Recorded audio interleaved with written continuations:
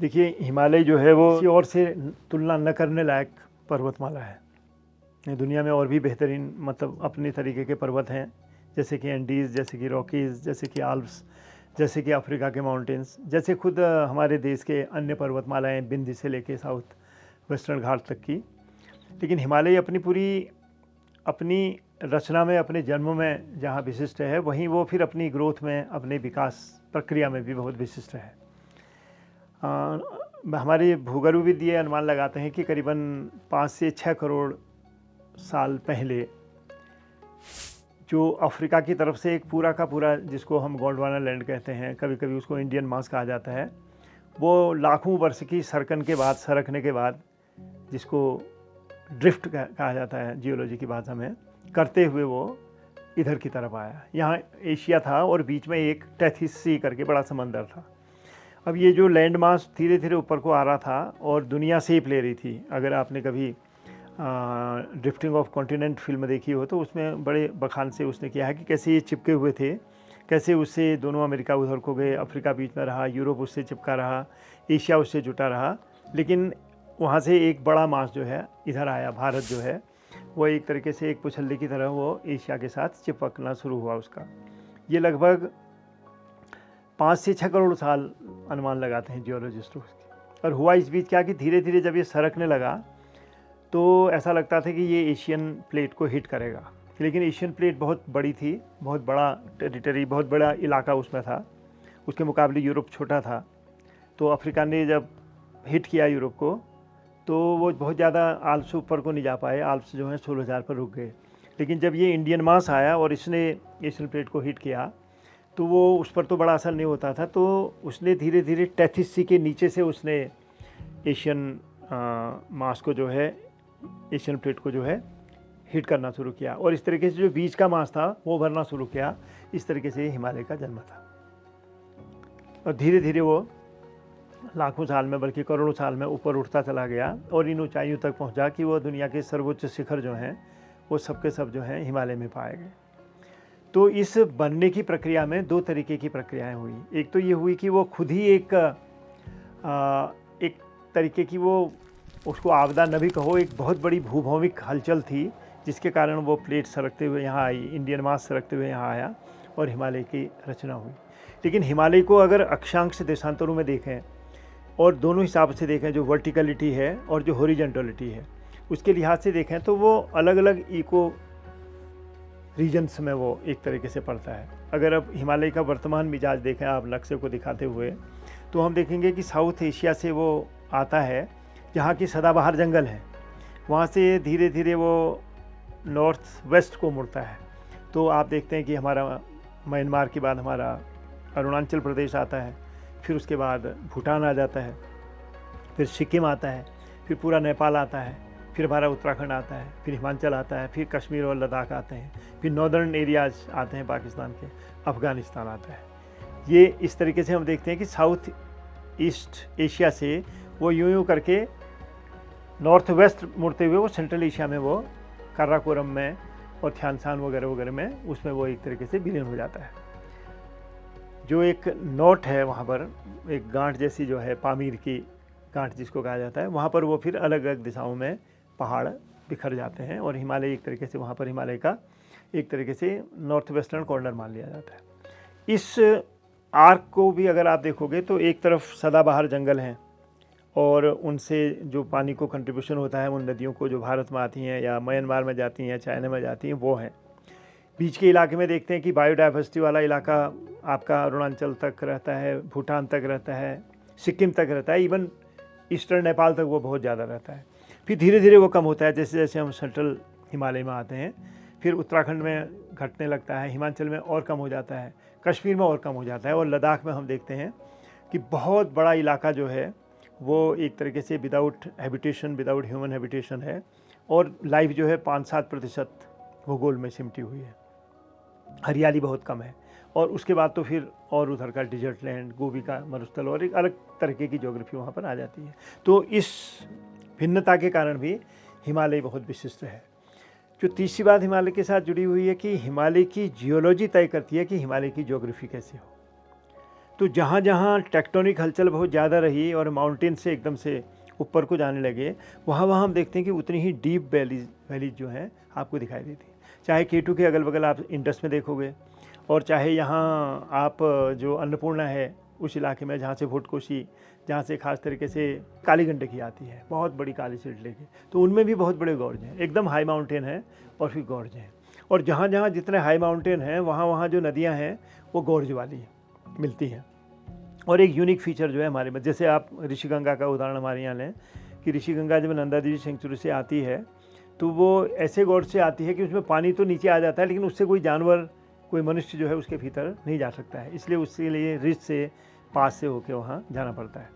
तो ये जो जियोलॉजिकल टेक्टोनिक हलचलों के कारण और हिमालय की निरंतर विकसित होते रहने की प्रक्रिया के कारण उसका जो लैंडस्केप बना, उसकी जो ज्योग्राफी बनी, वो अलग अलग इलाकों में अलग अलग तरीके की रही। जैसा मैंने बताया कि नॉर्थ ईस्ट में ज़बरदस्त जंगलों से भरा हुआ, बीच में फिर एग्रीरियन स्पेस उसमें मिला, पेस्टोरल स्पेस उसमें मिला, और जैसे ही नॉर्थ वेस्ट हिमालयाज में हम जाते हैं तो वहाँ डिजर्ट लैंड और एक तरीके से बहुत कम हैबिटेशन और वेजिटेशन वाले, दोनों हैबिटेशन और वेजिटेशन दोनों लिहाज से वो बहुत कम जनसंख्या वाला और कम जिसको कहेंगे कि वनस्पतियों और जीवों वाला इलाका बन गया काराकोरम तक। ये दूसरी विशेषता है। अब जैसे जब कालिदास ने कविता लिखी हुई अस्तुत्तर श्यामति देवतात्मा, तो उसके मन में एक तरीके से हमारे नॉर्थ में उसको परिभाषित किया उसने, और कभी उस समय इतना ही देख सकता था। उसके बाद बहुत सारे लोगों ने उस तरफ से भी देखा होगा, उनके लिए वो साउथ में था हिमालय, तिब्बत वालों के लिए और सेंट्रल एशिया वालों, उन्होंने वैसे उसका बखान किया। लेकिन अब तक ये कोशिश नहीं हुई कि हिमालय बेसिकली न तो हमारे नॉर्थ में है, न ऊपर वालों के साउथ में है, बल्कि वो एक तरीके से it is at the very central region है वो पूरे एशिया का। तो एशिया का मध्यस्थ है वो। एक कविता में ये भी कहा गया, एशिया खंड का यह है ना कि चीन और भारत के बीच में कहा है ना उसको, लेकिन ज़्यादा बड़े पर्सपेक्टिव में ये है कि वो एशिया के बीचों बीच फैला हुआ पर्वत है, और उसी में उसकी जो हॉरिजेंटलिटी है और उसकी जो वर्टिकलिटी है वो दोनों लिहाज से ऐसे फैला है, ऐसे भी बड़ा लंबा है, 2600, 2700, 2800 किलोमीटर तक उसकी लंबाई बताई जाती है। और जो वर्टिकलिटी है उसकी, चाहे चौड़ाई उसकी 250 से लेकर 400 किलोमीटर है, लेकिन ऊंचाई उसकी जो है वो 29,000 plus feet above sea level तक चली जाती है, यानी कि 8,000 मीटर से ऊपर जो शिखर हैं सर्वोच्च, उनमें आता है। तो ये दो चीज़ें उसके साथ और जुड़ जाती हैं। एक और चीज़ जो इकोलॉजी के लिहाज से बड़ी महत्वपूर्ण है वो ये है कि हिमालय को नॉर्मली हम वॉल एक तरीके से मानने की गलती करते हैं। तो वॉल है बड़े संदर्भ में वो, लेकिन वो वॉल इस संदर्भ में है कि वो यहाँ के मानसून्स को तिब्बत में नहीं जाने देती है, और तिब्बत की जो ठंडी हवाएं हैं उनको इंडियन सब कॉन्टिनेंट में नहीं आने देती है। लेकिन वॉल इस संदर्भ में नहीं है वो कि उसने फ्लोरा और फौना को, ह्यूमन सिविलाइजेशंस को कभी भी आने से नहीं रोका, क्योंकि वो अगर 29,000 तक गया है तो उसके दर्रे जो हैं वो 21,000, 20,000, 19,000, 18,000, 16,000 तक चले आते हैं। यानी कि जो यूरोप के सर्वोच्च शिखर की ऊंचाई है माउंट ब्लांक की करीबन 16,000 प्लस, हमारे यहाँ सबसे निचला जो दर्रा है जैसे लिबू लेक का, वो करीबन 16,500-17,000 है, या रूपकुंड के बगल में जो दर्रा है वो इतना है।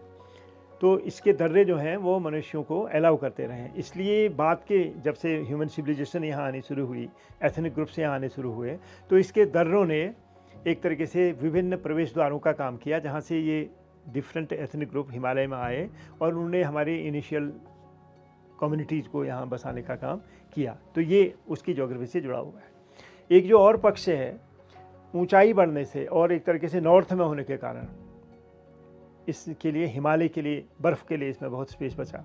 इसका नाम ही, बर्फ़ तो और पहाड़ों में भी है, लेकिन हिमालय नाम से सिर्फ इसी को मिला क्योंकि इसमें जो बर्फ़ का वॉल्यूम है टोटल, वो इसलिए थर्ड पोल भी इसको कहा गया है, क्योंकि इसमें टोटल बर्फ़ का जो वॉल्यूम है, स्टोर है, वो सबसे ज़्यादा माना जाता है। और अभी सबसे ज़्यादा दबाव उसी पर है, क्योंकि क्लाइमेट चेंज के कारण और टेम्परेचर बढ़ने के कारण, पृथ्वी का तापमान बढ़ने के कारण वो उसकी मेल्टिंग बहुत ज़्यादा हो रही है।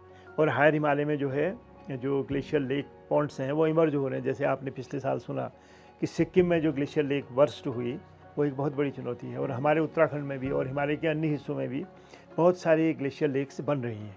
यानी कि मेल्टिंग ज़्यादा होगी तो ग्लेशियर लेक्स बढ़ जाएंगे।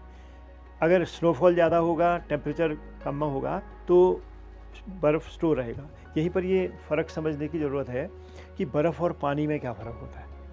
बर्फ़ की सबसे बड़ी विशेषता ये है कि वो वर्टिकली खड़ी हो जाती है, पीक के ऊपर चली जाएगी, आपके रिज में चली जाएगी और कभी कभी नीचे आती है तो बुग्यालों में और वहाँ भर जाएगी, और फिर धीरे धीरे कुछ महीनों में, कुछ दिनों में, और कभी कभी तो दिसंबर में बर्फ़ पड़ जाए तो मार्च अप्रैल तक के बीच में वो धीरे धीरे मेल्ट होती है। और उसकी मेल्टिंग की गति होती है कि धीरे धीरे वो पृथ्वी उसको एब्जॉर्ब करती है, बुग्याल उसको एब्जॉर्ब करते हैं, और जो किसी स्नाउट से गोमुख की तरह या किसी ग्लेशियर से बाहर निकलती है वो भी नदियों में अपना एक फ्लो कंट्रोल्ड वे में चलता है। अब जो दूसरी है कि पानी की क्या विशेषता है उसी बर्फ़ से बने हुए पानी की, कि पानी एक लोएस्ट पॉइंट अपने फ्लो के लिए ढूंढता है और बहुत पावरफुल उसकी बहने की क्षमता होती है, बहुत इरोडिंग होता है वो, और बहुत ज़्यादा कट करते हुए, काटते हुए जाता है। एक जुगुड़ी की एक कविता है कि नदियाँ कहीं नागरिक नहीं होती हैं और पानी से तेज़ काटने वाला कोई औजार नहीं होता है। तो वो वाली बात सच है, वो किसी कहीं भी कुछ काट सकती है, पहाड़ों में भी और वहाँ भी। चट्टानों को, बड़े बड़े बोल्डर्स को रौंद करके वो बिल्कुल पाउडर बना सकती है, मिट्टी बना सकती है, जो फिर वो इंडो गंजेटिक प्लेन को और समुंदरों को ले जाती है। तो ये जो बर्फ़ की और पानी की जो फ़र्क है, पानी के ही दो फॉर्म्स का जो फ़र्क है, वह हिमालय के भाग्य को अभी तक बनाता रहा है। और जब से पानी बढ़ने लगा है, बर्फ़ घटने लगी है, तो हिमालय की क्लाइमेट के लिए एक बड़ी चुनौती हो गई है। पहले भी ऐसे दौर आए, ऐसा हमारे साइंटिस्ट बताते हैं। फ़िलहाल बर्फ़ का होना एक और विशेषता थी, और उसके कारण जितनी नदियाँ वहाँ से निकलती हैं, करीबन 10-11 बड़े रिवर सिस्टम हिमालय से निकलते हैं, उन सबको सदा नीरा बनाने में, उन सबको परपीचुअल फ्लो देने में हिमालय के इस स्टोर की, इस थर्ड पोल के स्टोर की बहुत बड़ी भूमिका रही है। अब बर्फ़ के कारण नदियाँ आई, लेकिन बहुत सारी नदियाँ हिमालय में ऐसी भी हैं जो बर्फ़ से नहीं निकलती हैं, वो नॉन ग्लेशियल ओरिजिन की है। अलकनंदा की, भागीरथी की, जमुना की और काली और गोरी की बहुत सारी ट्रिब्यूटरीज जो हैं वो अंतर्वर्ती इलाके से भी निकलती हैं, जैसे कि सरयू, लेकिन वो नॉन ग्लेशियल हैं, और वो भी इन नदियों को बहुत बड़ा कंट्रीब्यूशन देती हैं, बहुत बड़ा योगदान देती हैं। अब हिमालय से अगर हम मान लिया जो मध्य एशिया को जो नदी जा रही है, आमू दरिया जा रहा है, उसको छोड़ देते हैं थोड़ी देर के लिए, चीन के लिए ह्वांगो, ये सब तिब्बत के पठार से निकल रहे हैं जिनको हिमालय का एक्सटेंशन माना जाता है, ह्वांगो हो, यांगत्से कियांग को छोड़ देते हैं। बर्मा की तरफ जाने वाली जो नदियां हैं उनको भी छोड़ देते हैं। तो हम हिमालय की तरफ, इंडियन सबकॉन्टिनेंट की तरफ आने वाली जो 3 रिवर सिस्टम हैं उनको अगर देखें तो वह उत्तरी भारत के निर्माता नदियाँ हैं। वो 3 कौन सी हैं? एक सबसे पहले पश्चिम में हम देखते हैं कि इंडस सिस्टम है, और एक और मज़ेदार बात है कि ये तीनों रिवर सिस्टम जो हैं ये पश्चिमी तिब्बत और उत्तराखंड से एक प्रकार से या नेपाल से निकलते हैं। इनके ओरिजिन अगर देखोगे तो कैलाश मानसरोवर के, अगर आप कैलाश मानसरोवर के बीच में एक मोनेस्ट्री है, छू मोनेस्ट्री उसको बोलते हैं, जो मानसरोवर को राकस्थाल से जोड़ने वाली जो गंगा छू चैनल है उसके बीचों बीच एक तप्पड़ में वो है। अगर आप वहाँ खड़े हो जाएं, कभी जाएंगे तो उस वहाँ पर खड़े होने के लिए ज़रूर जाएं, तो वहाँ से नॉर्थ में अगर आप देखते हैं तो कैलाश रेंज दिखता है, और उसके बीचों बीच माउंट कैलाश अलग से चमकता दमकता हुआ दिखता है।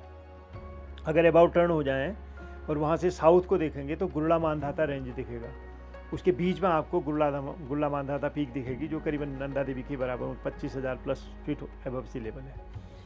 उसके मुकाबले माउंट कैलाश के मुकाबले 3-4 हज़ार ज़्यादा ऊंचाई पर है, 3,000 करीबन ज़्यादा ऊंचा है। और अगर वहाँ से ईस्ट की ओर देखेंगे तो मानसरोवर लेक आपके सामने है, एक बड़ी नीली शीट 325 स्क्वायर किलोमीटर में फैली हुई। और अगर आप अबाउट टर्न होकर पश्चिम को देखते हैं तो वहाँ आपका राकस्थाल है, और उसी राकस्थाल से जो है इंडस सतलज नदी जन्म लेती है। तो ये एम्पी थिएटर है। अब इस एम्पी थिएटर का जो बिंदु है, जिसको हम शिव मोनेस्ट्री बोल रहे हैं, उसको केंद्र मान के अगर आप 50 किलोमीटर के वृत्त वाला एक गोल सर्कल बनाएं तो वहीं से उत्तरी भारत की ये 4 भाग्य विधाता नदियाँ निकलती हैं। इंडस वहाँ से निकलती है, सतलज वहाँ से निकलती है, कर्णाली वहाँ से निकलती है, और ब्रह्मपुत्र वहाँ से निकलती है, और अतिरिक्त नदियाँ हो गई। तो जो 3 हमारे सिस्टम हैं उनका ओरिजिन बिल्कुल हमारे पीछे पश्चिमी तिब्बत से होता है। ये बड़ा यूनिक किस्म का है, अगर गूगल अर्थ में इसको देखें तो पूरा सिस्टम नज़र में आता है। अब जो पहला रिवर सिस्टम है उसका नाम है इंडस। इंडस को आप अगर उसमें देखेंगे गूगल अर्थ में या टोपोसीड में देखेंगे तो माउंट कैलाश के उत्तर से वो ओरिजिनेट होती है, धीरे धीरे वो नॉर्थ वेस्ट को जाती है। ये बड़ा अनयूजुअल फ्लो है। हम नॉर्थ की तो कल्पना ही नहीं करते हैं हिमालय में नॉर्मली हम कल्पना करते हैं कि साउथ ईस्ट साउथ वेस्ट नदी जाएगी, वहाँ वो नॉर्थ वेस्ट बह रही है, और नॉर्थ वेस्ट बहते बहते बहते वो लगभग एक तरीके से हमारा जो लद्दाख का इलाका है वहाँ होते हुए काबुल नदी जब तक नहीं आ जाती है अफ़गानिस्तान से, तब तक वो नॉर्थ वेस्ट बहती है। काबुल नदी के आने के बाद हम देखते हैं कि वो साउथ वेस्ट लगभग हो जाती है, प्रीडोमिनेंटली साउथ हो जाती है, फिर वहाँ से लेके कराची तक वो साउथ बहती है। ये पहली नदी है। इसमें फिर तमाम नदियाँ मिलती हैं, पंचनद इसी में मिलते हैं, सप्त सिंधु भी कहा जाता है, और सतलज इनकी बड़ी ट्रिब्यूटरी है, क्योंकि सतलज ही वो नदी है जो माउंट कैलाश के साउथ का पानी, गुरला मानता था कि नॉर्थ स्लोप का पानी, पूरे मानसरोवर का पानी, राजस्थान का पानी एक साथ लेके हिमाचल में प्रकट होती है। और हिमाचल के बाद फिर वो जहाँ भाखड़ा नंगल बना है वहाँ यही नदी जाती है, मानसरोवर का, और उसका पानी पूरा यहाँ आता है। और फिर यही सतलज फिर हमारे पंजाब से होते हुए पाकिस्तान में इसका संगम जो है इंडस से होता है, फिर वहाँ चली जाती है, और भी तमाम नदियाँ इसमें मिलती हैं। ये पहला सिस्टम है जो हिमालय से जुड़ा हुआ है। और इसके किनारे बहुत बड़ी शहर, पूरे वहाँ के टाउन हैं, कश्मीर से लेके आप श्रीनगर ले लो, आप लेह ले लो, आप स्कर्दू ले लो, आप फिर लाहौर ले लो, वहाँ से लेकर कराची तक आप कितने सारे नगरों को, शहरों को गिन सकते हो। अब दूसरा सिस्टम आएंगे तो गंगा सिस्टम है। गंगा सिस्टम की ये विशेषता है कि शिमला की रिज जो है वो डिवाइडिंग लाइन है, उसके नॉर्थ का पानी इंडस में जाता है, सतलज में जाता है, और उससे साउथ का पानी फिर जमुना में आता है। वहाँ से वो धार, जो शिमला के रिज की धार जो है, ग्रेट डिवाइड है, वो वही धीरे धीरे धीरे उत्तराखंड के बॉर्डर में आ जाता है। उत्तराखंड में हरकीदून अगर जाओगे तो हरकीदून के पीछे जो पहाड़ दिखाई दे रहा है जमदार ग्लेशियर के पीछे, वो ग्रेट डिवाइड है। उसके उत्तर का पानी जो है हमारे वास्पा नदी में जाता है, वही सतलज में मिलती है, सतलज सिंधु में मिलती है।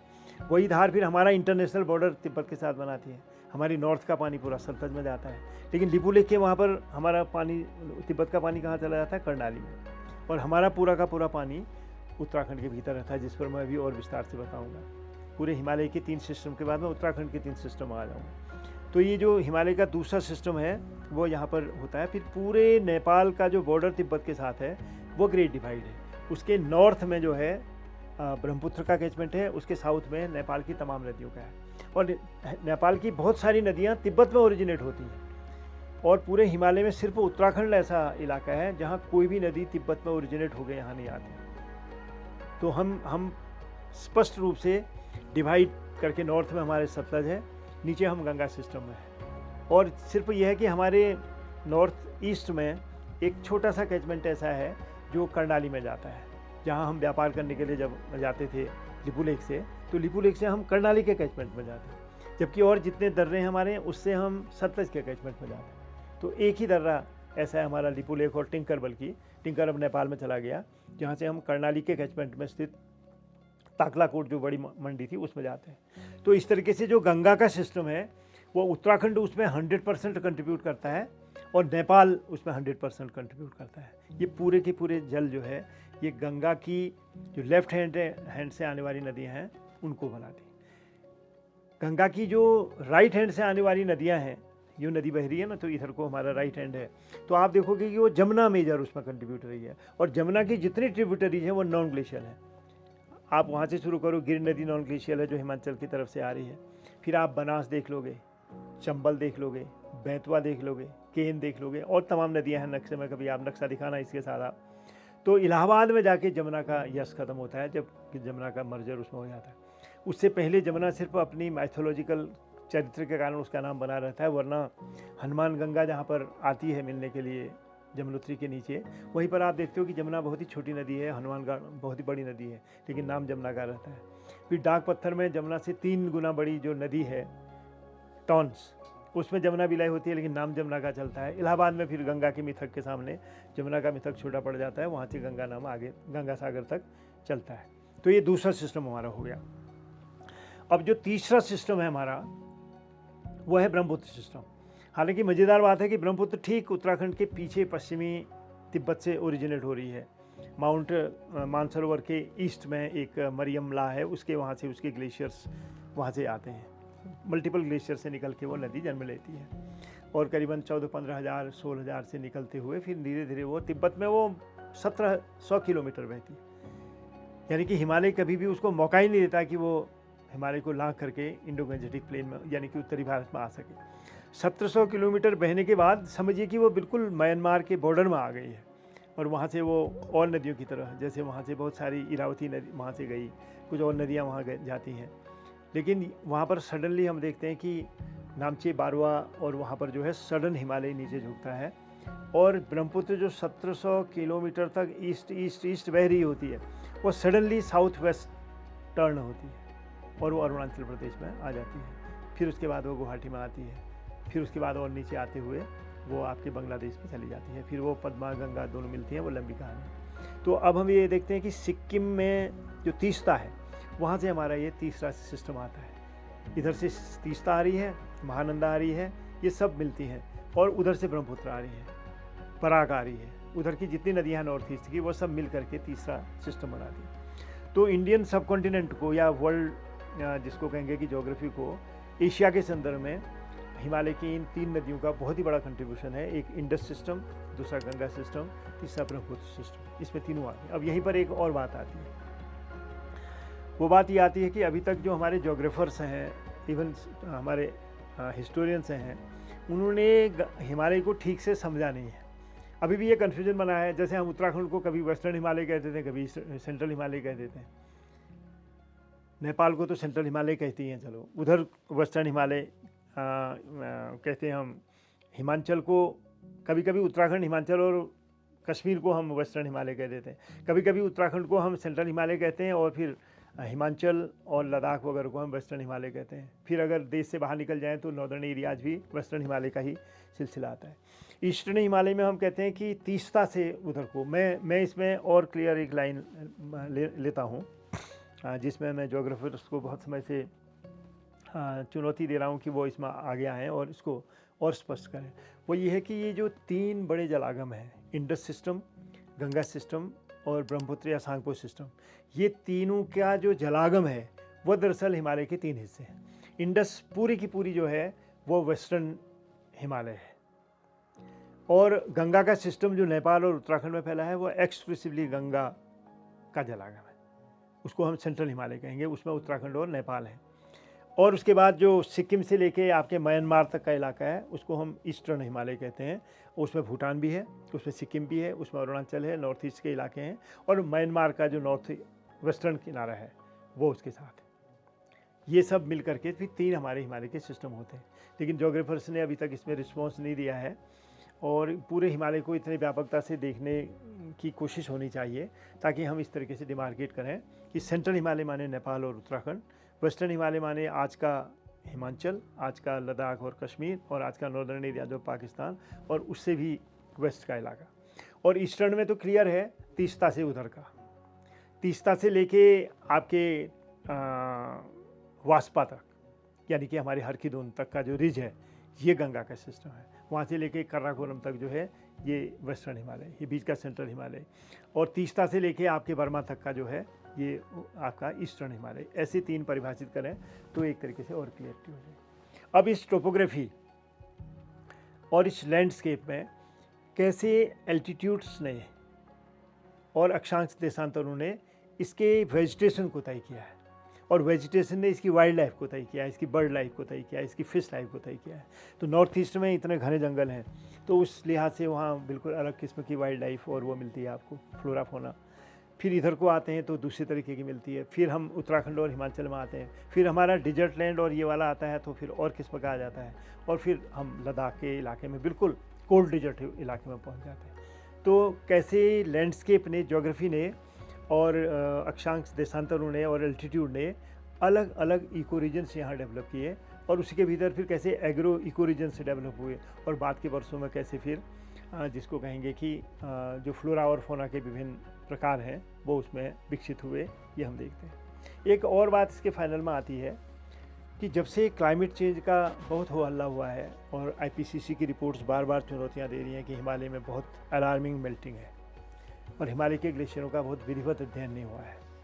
10,000 प्लस ग्लेशियर माने जाते हैं हमारे यहाँ, और उससे भी ज़्यादा हो सकते हैं, उनका बहुत बड़ा अध्ययन नहीं हुआ है। उनका लास्ट स्नाउट 100 साल पहले कहाँ है, आज वो स्नाउट कहाँ चला गया, ऐसा अध्ययन भी नहीं है।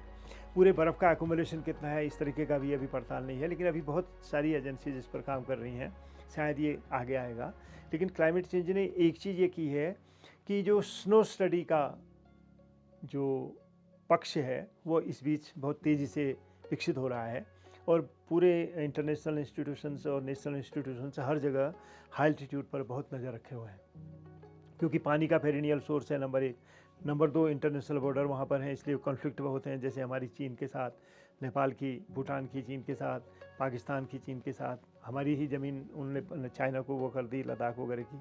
वो सब कॉन्फ्लिक्टिंग जोन्स हैं, वॉर जोन्स भी हैं वो, तो इसलिए उस पर बहुत बड़ी नज़र, डिफेंस पर्पज़ से भी उस पर नज़र है। तीसरा ये है कि पेरिनियल सोर्स पानी का जो है वो वहीं से आ रहा है, वो पाकिस्तान में जाए। आप ये देखिए कि इंडियन सब कॉन्टिनेंट के जो इतने बड़े देश हैं, Afghanistan, number 2 Pakistan, number 3 India, number 4 Nepal, number 5 Bhutan, number 6 Myanmar, number 7 Bangladesh, 7 तो ये, और नंबर 8 जो है तिब्बत, चाइना। ये सब के सब हिमालय के वाटर रिसोर्सेज पर सबसे ज़्यादा निर्भर है। पूरे नॉर्दर्न इंडिया की और जगह की, म्यांमार की जो सिंचाई व्यवस्था है, जो नेविगेशन है, वो सब का सब पानी पर निर्भर है, क्योंकि पानी से भी बहुत बड़ा ट्रांसपोर्ट का काम होता है। हमारे यहाँ भी होता था एक ज़माने में, हमारे यहाँ कानपुर तक जो है बड़े शिप आते थे।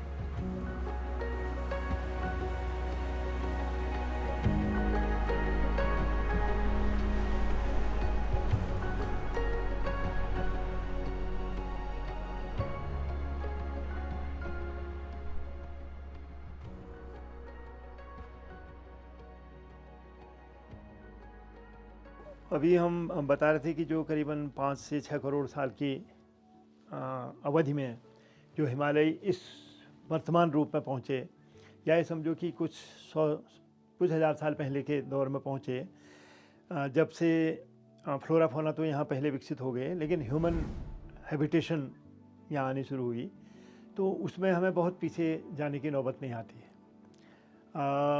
हालांकि इस पर अभी बहुत गहरा काम नहीं हुआ है और मेरी ये इसमें विशेषज्ञता भी नहीं है, लेकिन जो एक प्रोजेक्शन मैं करने की कोशिश करता हूँ कि ऐसा लगता है कि हम आज से, वर्तमान से 4-4.5 हज़ार साल से ज़्यादा पीछे हिमालय में मनुष्य की हैसियत से देखने में कामयाब नहीं है, क्योंकि हमें आर्कियोलॉजिकल एविडेंसेस इस तरीके की नहीं मिलती हैं और ऐसी ज़्यादा खुदाइयाँ भी हमारे यहाँ नहीं होती हैं।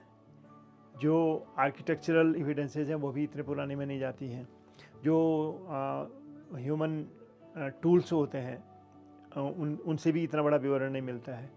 इसके अलावा जो डीएनए टेस्ट वगैरह हुए हैं अभी तक के, उसके आधार पर भी हम बहुत ज़्यादा, तो 4000 साल, यानी कि ईसा पूर्व के हम 2000 साल के करीब जाते हैं, तो अभी से 4000 साल तक लगभग जाते हैं जो अभी तक की रिसर्च हैं उनके आधार पर। इस लिहाज से देखें तो इंडस वैली सिविलाइजेशन इससे पहले ऑलरेडी हो चुकी होती थी। दजला फरात की जो सभ्यता थी, नील की सभ्यता थी, ये सब ऑलरेडी एग्जिस्ट करते थे उस दौर में। तो जो ह्यूमन माइग्रेशन या ह्यूमन मूवमेंट जो एशिया यूरोप में शुरू हुए, वो मुझे लगता है कि उस दौर के बाद ही हिमालय में हैबिटेशन की कल्पना हम एक तरीके से करते हैं। जो एंथ्रोपोलॉजिस्ट ने अभी तक झीला झाला काम किया है और कुछ इतिहासकार भी कभी कभी उसको छूते हैं, तो उसके आधार पर ऐसा लगता है कि इन 4000 सालों के दौर में जो सबसे पहला ह्यूमन सेटलमेंट यहाँ बना होगा वो निग्रोइड्स का होगा, जो मूल निग्रो वंशीय होंगे। जो जैसे ये माना जाता है, सेपियंस जब अफ्रीका से उनका यात्रा शुरू हुई तो वो मिड अफ्रीका या साउथ अफ्रीका से उत्तर की तरफ आए, वहाँ से वो यूरोप की तरफ आए, यूरोप से एशिया की तरफ आए, एशिया से कुछ एशिया में एक्सटेंशन साइबेरिया की तरफ, चीन की तरफ गए, और कुछ साउथ ईस्ट एशिया में भारत होते हुए गए, और इस तरीके से उनका विस्तार हुआ। ये टेंटेटिवली ये माना जाता है। अब जब होमोसेपियंस आ रहे हैं तो अलग अलग भूगोल में, अलग अलग जलवायु में और अलग अलग एल्टीट्यूड्स में और अलग अलग हिस्टोरिकल दौर्स में जो सदियों में फैले होंगे, उनने अलग अलग किस्म के नाक, नक्श, रंग वगैरह वगैरह उनके विकसित हुए, ऐसा माना जाता है। तो हमारे यहाँ ऐसा लगता है कि जो प्रारंभिक निग्रोइड ग्रुप था, जिसको कोल वंश भी कहते हैं, उसके प्रारंभिक जो कारवां थे वो हिमालय के कुछ हिस्सों में भी आए, और निश्चित रूप से पश्चिमी हिमालय और सेंट्रल हिमालय के बड़े हिस्से तक वो आए, ऐसा लगता है, और उन्होंने हमारी प्रारंभिक बसासतें बनाई होंगी, ऐसा लगता है। और इतिहास में बार बार ये प्रमाणित होता है और ये पाया जाता है कि एक ग्रुप, एथनिक ग्रुप, जो स्ट्रगलिंग होता है, जो संघर्षरत होता है, अपने को बसाने और बचाने में जुटा होता है, उसके पास बहुत एनर्जी होती है, क्योंकि उसके पास सर्वाइवल का और कोई विकल्प नहीं होता है सिवाय इसके कि वो अपने को बलशील बनाए और अपने को एग्जिस्ट करने लायक रजिस्ट कर सके। लेकिन जैसे ही वो सेटल होता है और वैसे ही वो फिर कमजोरी का शिकार होता है, तब एक नया वायलेंट एग्रेसिव जो नया एथनिक ग्रुप होता है वो उसको रिप्लेस करता है। तो हमारे यहाँ जो निग्रोइड्स आए वो शुरू में स्थापित होना उनका शुरू ही हुआ था, तब हम देखते हैं कि खसों का एक बहुत बड़ा ग्रुप अलग अलग वेब में यहाँ आया। और खसों के ग्रुप ने न सिर्फ इनको जो निग्रोइड्स थे उनको विवश किया कि वो अपनी एग्जिस्टिंग प्लेसेस को छोड़ें और ज़्यादा कठिन सीमांती इलाकों में चले जाएं, बल्कि उन्होंने दो तरफ के विकल्प दिए उनके, या नॉर्थ की तरफ चले जाएं या साउथ की तरफ चले जाएं। और वह हिमालय के कुछ हिस्सों में खसों ने अपने कॉलोनीज बनानी शुरू की। खसों की बहुत बड़ी प्रेजेंस यहाँ पर है, उस पर बहुत बड़ा काम अभी होना है।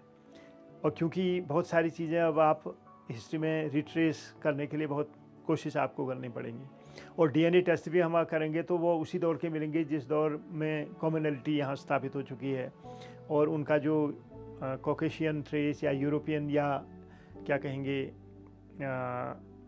यूरो एशियन जो उनका ओरिजिन है, उस पर अभी बहुत काम होना है। खसों पर बहुत सारी किताबें आई हैं, कसाइट करके उनको यूरोप के इतिहास में बार बार माना गया। वो वहाँ से अफ्रीका की तरफ भी गए, मिडिल ईस्ट की तरफ भी आए और फाइनली इधर की तरफ भी आए। तो अब जो दूसरे बड़े एथनिक ग्रुप के रूप में, मानव समुदाय के रूप में मैं खसों को देखता हूँ।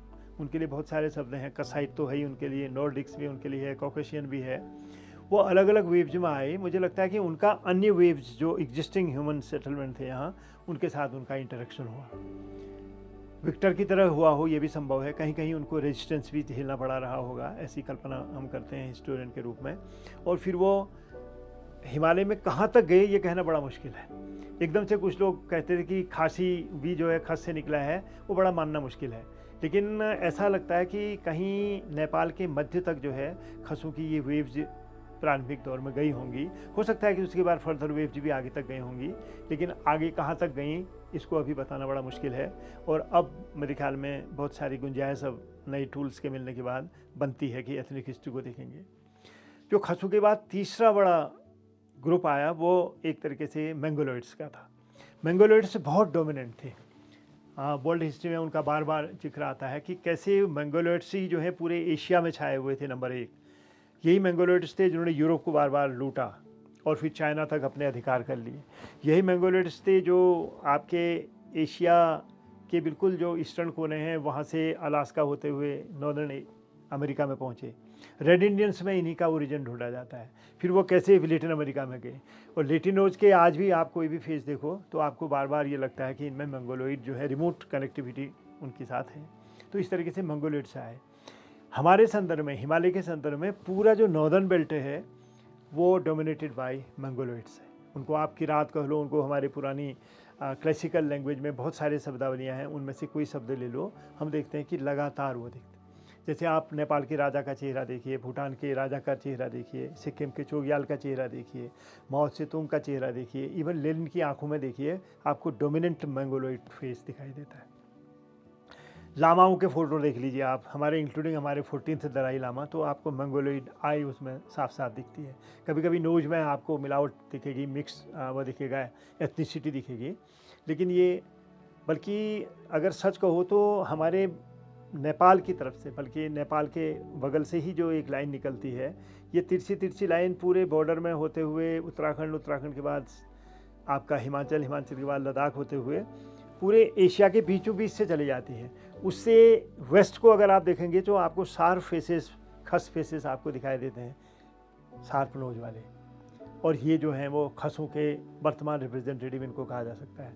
उससे ईस्ट की तरफ आप देखोगे वो डोमिनेटेड बाय मंगोलॉइड फेसेस हैं, पूरे मंगोलिया से लेके उधर तक। और पूरा सेंट्रल एशिया में आप देखोगे कि वो बिल्कुल वो लाइन जाती है, बगल में आपको मंगोलॉइड फेस दिखता है, अगल में आपको जो है नॉर्डिक या खस फेस दिखता है। और ये हमारे पूरे हिमालय में भी है। हिमालय के जितने हाईलैंडर्स हैं वो प्रीडोमिनेटली जो है वो मंगोलॉइड कनेक्टिविटी से उनके जुड़े हुए हैं। उनका Tibetan origin, central Asian origin साफ साफ है। इवन खम्पा ओरिजिन, खाम का ओरिजिन जो तिब्बत का एक रीजन है, वो बहुत साफ साफ दिखाई देता है। आज तो खम्पा हमारे यहाँ पिथौरागढ़ ज़िले में भी है, खम्पाओं का एक गांव उत्तरकाशी में भी बसा हुआ है, और उनकी एथनिसिटी आप साफ साफ देख सकते हैं इनमें। तो ये तीन बड़े प्रोमिनेंट रहे। इनकी बहुत सारी और वेव्स हैं जिन पर अभी काम नहीं हुआ है, और एक हिस्टोरियन के रूप में मैं भी इंतजार में हूँ कोई एंथ्रोपोलॉजिस्ट और कोई मानव शास्त्री इस पर काम करे तो हमें इतिहास को जानने के लिए उससे कोई और संसाधन मिले। तो इनकी बहुत सारी ऐसी वेव जो होंगी, ऐसे ह्यूमन सेटलमेंट होंगे जो पुराने 2 या 3 अलग अलग एथनिक ग्रुप से इंटरेक्शन से जिनकी अगली जनरेशन बनी होंगी, जिनमें मिक्स्ड डीएनए रहा होगा, जिनमें मिक्स्ड क्रोमोसोम्स रहे होंगे, जिनमें मिक्स्ड जिसको कहेंगे कि स्किन कैरेक्टर और उसके बाद जो बोन कंस्ट्रक्शन है वो रहा होगा, क्योंकि वो अलग अलग एथनिसिटी से वो एक तरीके से आ रहे हैं, अलग अलग फूड हैबिट से आ रहे हैं, ये भी देखने की बात है। अलग अलग किस्म की जो वो होती हैं, जो क्या कहेंगे उसको, फूड हैबिट्स हैं, उनको वो बिलोंग करने वाले होते हैं। जैसे सेंट्रल एशिया में आप शाकाहारी की कल्पना नहीं कर सकते हो। नैन्सिंग की डायरी में मैं पढ़ रहा था कि इन लोगों ने कभी अन्न नहीं खाया करके ऐसा जिक्र करते हैं वो, जब वो लद्दाख से लेके वहाँ की तरफ जा रहा है। तो बीच में बहुत सारे और एथनिक ग्रुप होंगे जिनकी इंटरमिक्सिंग इसमें होगी, और उसी इंटरमिक्सिंग से बनराजी जैसी जनजातियाँ निकले होंगी, थारू बोक्सा जैसे लोग निकले होंगे, और बहुत सारे और ऐसे हाईलैंडर्स जो पूरे हिमालय में फैले हुए हैं वो निकले होंगे। और इसमें फिर ये भी रहा होगा कि जो ईस्टर्न हिमालय से आ रहे हैं, फिर इंडो गंजेटिक प्लेन में जो एथनिक ग्रुप्स हैं, कम्युनिटीज़ हैं, उनका भी हिमालय की तरफ आना होता है, तो उनकी मिक्सिंग होती है और वो बहुत बाद तक चलती है। मिडिवल टाइम्स में बहुत बड़ा माइग्रेशन होता है हमारे यहाँ मैदान से, भारत के अलग अलग, इंडियन सब कॉन्टिनेंट के अलग अलग इलाकों से। और उससे भी बड़ा मज़ेदार बात है कि वो 11वीं 12वीं 13वीं 14वीं 15वीं 16वीं 17वीं 18वीं शताब्दी तक वो लगातार चलता है। और इसलिए जो उनके जो तलछट हैं वो बहुत तरीके से हमें मिलते हैं, जो पुराने मेमोरियल हैं, पुराने देवता हैं, फोक गॉड्स हैं, पुरानी जो वोकेबलरी है। उसके बाद सबसे ज़्यादा वो फिर वो जो फूड हैबिट्स में, पहनावे में और इनमें जो है वो दिखाई देता है। और इस पर दुर्भाग्य से कोई बड़ा काम हमारी हिमालय की यूनिवर्सिटियाँ या विश्व नहीं किया, एंथ्रोपोलॉजिस्ट ने कुछ काम किया है, कुछ हिस्टोरियन ने कुछ सेगमेंट पर काम किया है। जैसे एक नागा कम्युनिटी पर आपने कर दिया, एक कोई आपके जौनसारी पर कर दिया, कहीं पर आपने फोलियंडी पर कर दिया, लेकिन इतने बड़े हिमालय के इतने सारे एस्पेक्ट को कवर करते हुए आने वाली जनरेशन ही, आने वाले स्कॉलर ही उसको करेंगे। तो ये अलग अलग किस्म के ग्रुप हमारे यहाँ है। इनमें से बड़ा मज़ेदार ये हुआ कि कुछ ग्रुप इतने मोबाइल, इतने गतिशील, इतने बाचाल, इतने सक्रिय थे कि अपना प्रभुत्व उन्होंने बनाए रखा। जैसे खस, जैसे मंगोलॉइड्स, ये दो बहुत डोमिनेंट रहे। और जो है इनके इनके माथद जैसे हो गए, एक तरीके से इनके दास जैसे हो गए। जैसे जो निग्रोइड्स थे वो बड़ी सीमा तक पहले वो खसों के दास बने, और बाद में वो फिर इनके जो मंगोल थे उनके अंतर्गत रहे। और जो बहुत सारे लोग आए वो अपनी स्वायत्तता को नहीं बचाए, जैसे बनराजी हुए स्प्लेंडिड आइसोलेशन में रहे। थारू बुक्सा नीचे तराई में खदेड़ दिए गए पूरे हिमालय से, उनकी भी ओरिजिन जो है मंगोलॉइड्स की है, और वो यहाँ से लेके बंगाल के तराई तक वो आपको लगातार फैलते हुए दिखते हैं। और ऊपर जो है वो हाईलैंडर्स ने एक मिक्स्ड रूप ले लिया, जो मंगोलॉइड्स थे और उनकी जो बहुत सारे निग्रोइड्स जो गए, बहुत सारे कसाइट्स जो गए, जो हार गए, उनकी मिक्सिंग जो है इन मंगोलॉइड्स में हुई। तो अगर वहाँ से शुरू करें, जो आपके नॉर्दर्न एरियाज में कलश लोग हैं, उनके सार फीचर्स आप देख सकते हैं। या आप ये बताते हैं कि हमारे ये अपने अलेक्जेंडर के साथ आए हुए जो लोग थे, उनकी नीली आँखों वाले आज भी लद्दाख में मिलते हैं, उनको सार फेसेस आप देख सकते हैं। उसके बगल में ही आपको मंगोलॉइड फेस दिखाई देता है एकदम से। फिर आप इधर आते हैं, कश्मीर से लेके, हिमाचल से लेके हमारे उत्तरकाशी जिले तक आपको वो सार फेसेस लगातार दिखते हैं। टिहरी के बाद एकदम से आपको चेहरे में परिवर्तन दिखता है। ऐसा लगता है कि खसों की जो पहली वेव थी, ज़्यादा प्योर वेव थी, वो इससे आगे को धीरे धीरे कम हो गई ऐसा लगता है, या उसकी बाद की किस्तें मिक्स्ड रेस बनने के बाद इधर को गई होंगी ऐसा लगता है। तो बहुत सारी इंटरमीडिएट कम्युनिटीज़ थी जो इन 3 बड़े जाति समूहों के बीच में पिसती रही, कहीं कहीं मर्ज होती रही, कहीं कहीं उनमें मिक्स होती रही, कहीं कहीं वो अपनी स्वायत्तता को बनाए रख सके। और ये पूरे नॉर्थ वेस्टर्न बॉर्डर से लेके नॉर्थ ईस्टर्न बॉर्डर तक हर जगह देखा जा सकता है। वहाँ आप देखोगे ना कि नॉर्थ ईस्ट में जो अलग अलग प्रांत हैं, बाहर से देखने में सब एक जैसे लगते हैं, लेकिन एक मिजो में, एक नागा में, और नागाओं के जो अलग अलग क्लान हैं उनमें बुनियादी फ़र्क होता है। और वो महीन एंथ्रोपोलॉजिस्ट जो है उसको महीन तरीके से ही सिर्फ जान सकते हैं, और हिस्टोरियंस को वो एक तरीके से फिर सजेस्ट कर सकते हैं। तो ये पूरे उसमें दिखाया जाता है। और जो उनकी पूरी हैबिट्स थी, सर्वाइवल की हैबिट्स थी, या उनके जो पेशे थे, वो इस बात पर निर्भर थे कि प्रकृति ने उनको क्या दिया है। अगर उनको चारागाह दी है तो पशुचारक बन रहे हैं, अगर उनको अच्छी लैंड दी है तो वो एग्रेरियन बन रहे हैं, अगर इनसे काम नहीं चल रहा है तो वो एक तीसरी विधा ट्रेड कॉमर्स की उसके साथ चल रहा है। तो पूरा ट्रांसहिमालयन ट्रेड पूरे के पूरे सदियों तक इसमें विकसित होता है। और नॉर्थ ईस्ट में जाते हैं तो हंटिंग गैदरिंग की स्टेज भी बहुत जगह बनी रहती है। इवन हमारे बनराज जी बहुत सदियों तक हंटिंग गैदरिंग में बने रहे, और बहुत सारे और भी ऐसी जनजातियाँ थी। नॉर्थ ईस्ट में आजकल भी जंगलों पर निर्भरता बहुत बड़ी है, जंगल से सब कुछ वो लाते हैं, और वही स्थिति म्यांमार के कुछ कम्युनिटीज़ में दिखाई देती है। आज फिर ये मिडिवल टाइम्स में जो मिक्सिंग हुई वो बिल्कुल अलग तरीके की हुई। उसमें एक तरीके से इंडियन सब कॉन्टिनेंट के जो और डोमिनेंट थे, जो अलग अलग कारणों से, कभी वॉर के कारण, कहीं पॉलिटिकल अपहीवल के कारण, कभी प्राकृतिक आपदा के कारण, वो हिमालय की ओर भागने में कामयाब हो गए। इंडो तिब्बत ट्रेड ने भी इसमें कंट्रीब्यूशन दिया। भारत तिब्बत व्यापार के अलावा पिलग्रिमेज ने उसमें योगदान दिया। और फिर जो डायनेस्टिक हिस्ट्री शुरू हुई तो उसमें भी कहीं न कहीं बाहर से भीतर से लोगों का आना जाना शुरू हुआ। इस तरीके से फिर 16वीं-17वीं शताब्दी के बाद एक तरीके से मोर और लेस फिक्स्ड रूप उसका वो बन गया, और इस तरीके से एथनिक हिस्ट्री हमारे यहाँ की बनती है। बल्कि रिसेंट टाइम्स में ये भी हुआ कि 1790 में जब गोरखों का आगमन हुआ तो नेपाल की बहुत बड़ी पॉपुलेशन जो है यहाँ रूल करने के लिए आई, सैनिक के रूप में, उसके रूप में। और बहुत सारे लोगों ने यहाँ जो दास के रूप में बेचे गए थे, महिलाएं और बच्चे, उनके साथ विवाह किया, उनको घर में रखा। तो उससे फिर एक जनरेशन फिर पैदा हुई। और फिर जब नेपाल वॉर के बाद सिगौली की संधि हो गई और मोस्ट ऑफ द नेपाली चले गए, तो तब भी बहुत बड़ी संख्या में नेपाली यहाँ बने रहे। इसलिए भी बने रहे कि गोरखों का इस्तेमाल सैनिकों के रूप में ईस्ट इंडिया कंपनी ने 1816 में ही शुरू कर दिया था। इसलिए देहरादून जैसा जो टाउन है, ये सब गोरखों के बहुत बड़े केंद्र बने रहे। अल्मोड़ा है, पिथौरागढ़ है, इनमें फिर गोरखा उसके बाद में बने रहे। तो इससे भी विद इन हिमालय जो इंटरमिक्सिंग थी कम्युनिटीज़ की, वो बनती रही। नेपाल की तरफ से कुमाऊँ में आना, कुमाऊँ की तरफ से नेपाल में जाना, और गढ़वाल की तरफ से, जौनसार की तरफ से हिमाचल में जाना, या हिमाचल की तरफ से यहाँ आना, ये इंटरेक्शन चलते रहे। नॉर्थ एरिया ज़रूर बहुत ज़्यादा खुले हुए नहीं थे, क्योंकि तिब्बत में आप व्यापार के लिए जाते थे, सेटल होने के लिए नहीं जाते थे। और इंडो गंजेटिक प्लेन के साथ हमारा बहुत स्मूथ कम्युनिकेशन था कि नदियाँ नीचे को जा रही थी, तीर्थाटन ऊपर को आ रहा था, तो नीचे की तरफ बनता रहा। और मॉडर्न टाइम्स में ब्रिटिश, खास तरीके से ब्रिटिश पीरियड में हम उत्तर प्रदेश का भाग बन गए, तो एक तरीके से हमारा नॉर्दर्न इंडिया से सीधा संबंध हो गया। बल्कि हिमालय के किसी भी इलाके के मुकाबले उत्तराखंड का मेन स्ट्रीम में ज़्यादा होना इसी कारण रहा, क्योंकि हम ब्रिटिश पीरियड में यूनाइटेड प्रोविंस का पार्ट बन गए थे, और एक महत्वपूर्ण पार्ट बन गए।